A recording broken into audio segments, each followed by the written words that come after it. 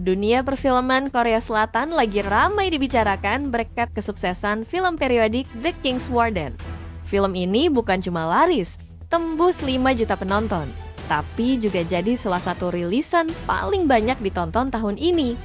Tapi yang bikin menarik, film ini nggak cuma soal hiburan.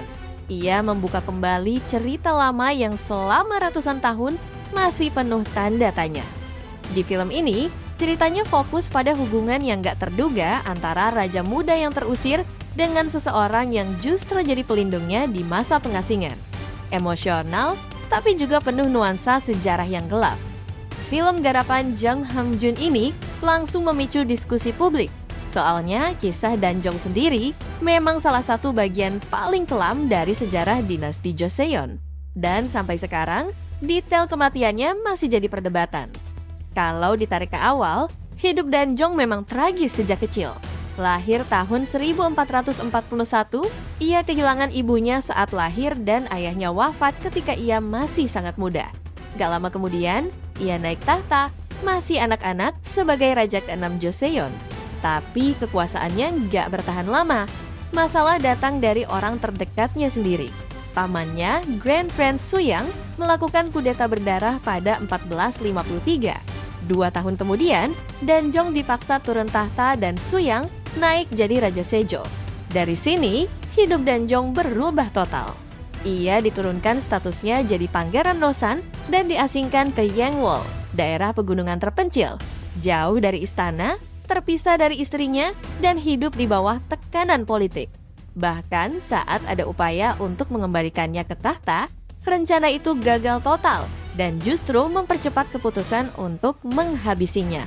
Nah, bagian paling misterius ada di sini. Bagaimana sebenarnya Danjong meninggal?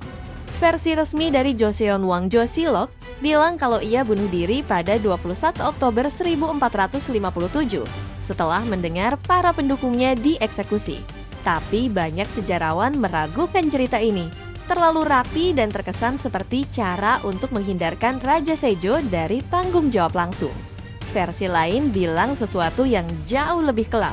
Pada masa Raja Seonjo, muncul cerita bahwa seorang pejabat dikirim untuk meracuninya. Bahkan ada pengakuan dari pejabat pengawal Danjong, Wang Bangyeon, lewat puisi penyesalan. Lalu ada versi yang lebih dramatis lagi. Dalam catatan era Raja Sukjong, diceritakan bahwa pejabat itu nggak tega menjalankan perintah. Tapi kemudian, seseorang lain yang disebut sebagai Kongsang atau pelayan istana mengambil alih dan mencekik Danjong dari belakang. Ada juga legenda yang bilang setelah melakukan itu, pelaku langsung tewas dengan cara mengerikan, seolah-olah terkena kutukan. Cerita ini sering dianggap sebagai simbol bahwa kematian Danjong adalah sesuatu yang tidak direstui langit. Tragedinya nggak berhenti di situ. Jenazah Danjong disebut dibuang ke sungai. Dan Raja Sejo bahkan melarang siapapun untuk memakamkannya dengan ancaman hukuman berat bagi keluarga mereka. Tapi di tengah ketakutan itu, ada satu orang yang berani melawan.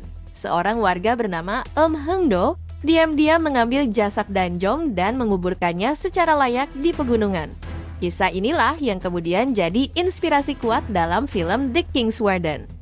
Menariknya lagi, setelah kematian Danjong, serangkaian kejadian aneh ikut muncul, mulai dari kematian putra mahkota Sejo di usia muda, sampai berbagai legenda tentang kutukan yang menyelimuti Yangwol. Terlepas dari benar atau tidak, semua ini memperkuat kesan bahwa tragedi ini meninggalkan luka yang dalam.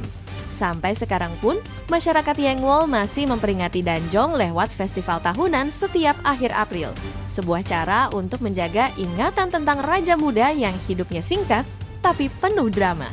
Dan lewat The King's Warden, kita diingatkan lagi, di balik kemegahan sejarah, selalu ada cerita-cerita kelam yang belum sepenuhnya selesai.